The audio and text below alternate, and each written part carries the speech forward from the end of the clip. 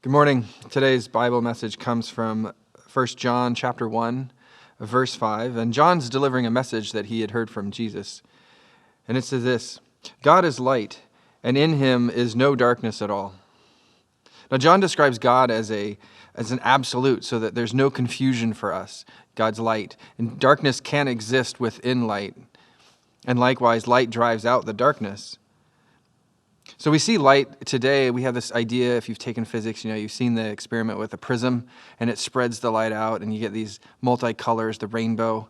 And oftentimes as we read our Bible and we look at God and we see all his attributes and this crazy array of being merciful and just and holy and righteous, and we tend to isolate and fixate maybe on one particular characteristic of God.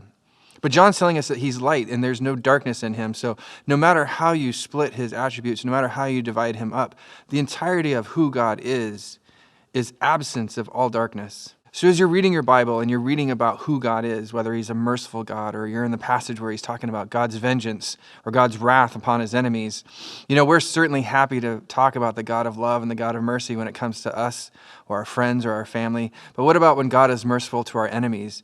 We have to accept that God just as much as we accept the God of love.